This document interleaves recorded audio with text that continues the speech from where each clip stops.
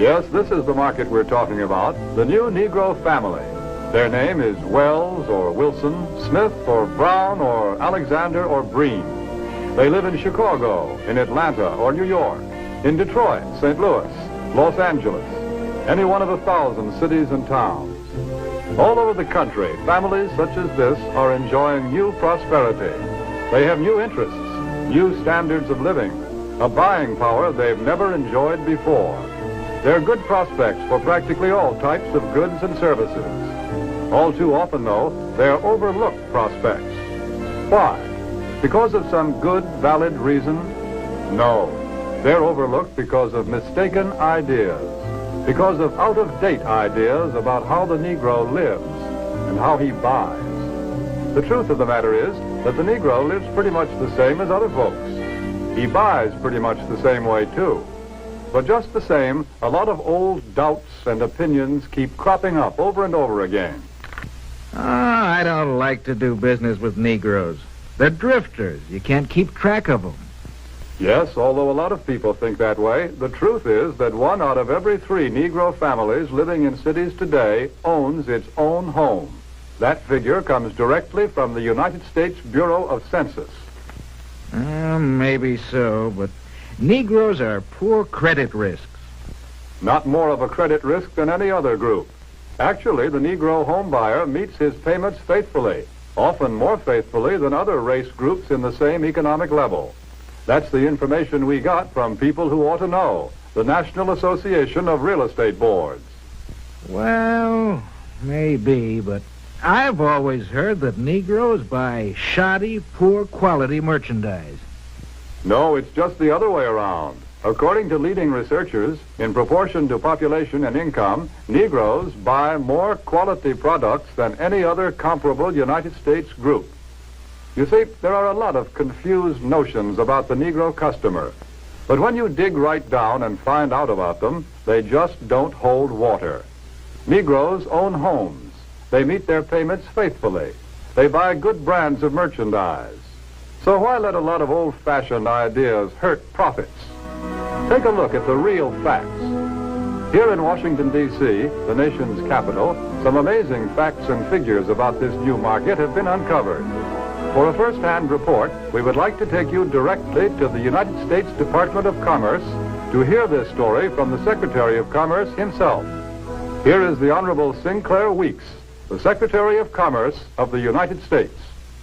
In the Department of Commerce, we are constantly alert to trends that mean a healthier national economy, better business for the nation as a whole. Recently, we have been interested in a rising young market, one that represents a huge potential for goods and services. I'm referring to the new Negro market.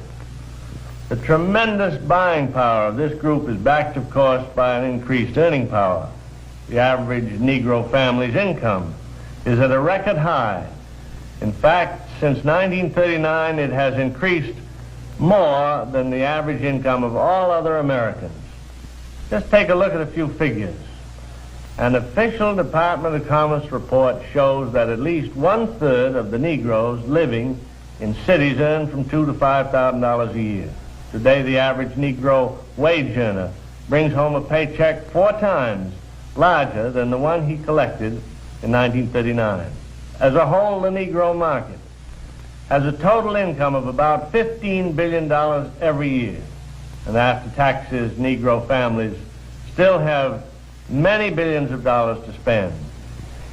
Here is a buying power that cannot help but have a tremendous effect on our national economy and on business prosperity in general.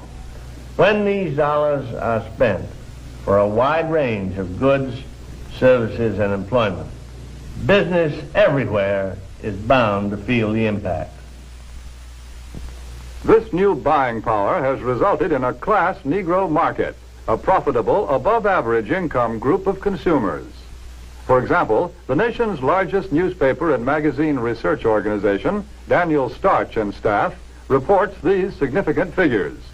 More than 51% of the readers of Ebony magazine have a record player in their homes. Almost 64% own a television set. and almost 78% enjoy the convenience of an electric refrigerator. It is also a fact, and this is from the magazine The Food Field Reporter, that Negroes spend almost $3 billion a year for food alone. Per capita, they buy more cosmetics, drugs, and toiletries than anyone else in the country. And their children are better educated, too, because since 1930, enrollment in Negro colleges is up 2,500%.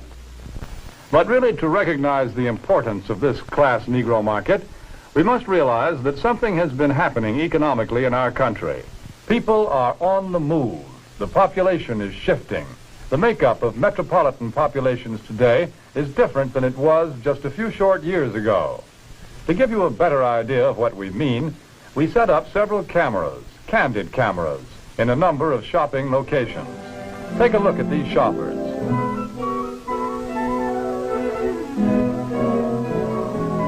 Notice what a large proportion of them are Negroes. What's the reason? It's simply this. Negro families are moving into the cities where there are more job opportunities. Here they find occupations with more prestige and security, jobs that pay more money. As a result, Negro families today often make up the largest part of Central City consumer prospects.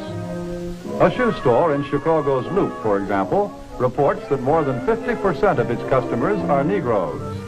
In another case, a drugstore located at a transfer point in a non-Negro neighborhood finds that its Negro customers total 25%. The trend is plain. The new Negro families today are moving into more populated areas, to the cities, where there are more stores, more buying opportunities. Since 1940, in San Francisco alone, the Negro market has increased by 89%. In Chicago, by 81%. Houston, Texas, 45%. Philadelphia, 50%. The impact of this new buying force is so tremendous that actually in 14 major United States markets, a product cannot be number one without Negro support. A product must have the backing of this big new buying power to be a leader in the field. What do you have to sell? Chewing gum or cars? Toothpaste or transportation? Whatever it is, here are millions of prospects. And these prospects are everywhere. Negro customers can no longer be pigeonholed. They cannot be classified as prospects who trade only in certain stores, certain neighborhoods. Today, Negroes shop downtown. They shop in supermarkets. They shop in small neighborhood stores. They'll buy from anyone who wants to sell to them.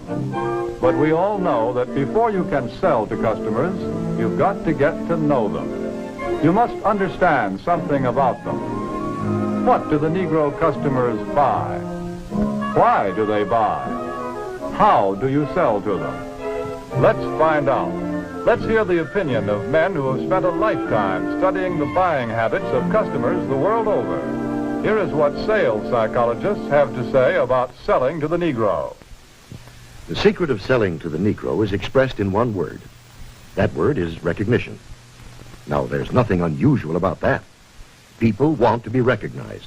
They need recognition. That's basic in all of us. But perhaps because he's had so little of it, the Negro needs even more. He needs to feel important and appreciated. This need is a very real and important one. It shows up even in many of the Negro's shopping habits. Anyone who sells or wants to sell to the Negro customer should know about some of these habits. 3 habits in particular play a big part in every sales transaction. To begin with, most Negroes buy by brand. They ask for products by name. They're quick to turn down off-brands. Do you wonder why? Well, listen to what this customer is thinking.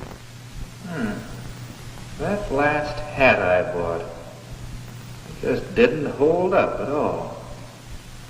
You see, for a long time, the Negro has been sold a lot of shoddy, second-class merchandise. So now he asks for name brands in order to make sure he gets his money's worth. Buying by brand, that's the first important Negro buying habit. Now for the second. The Negro buys good quality merchandise. Symbols of quality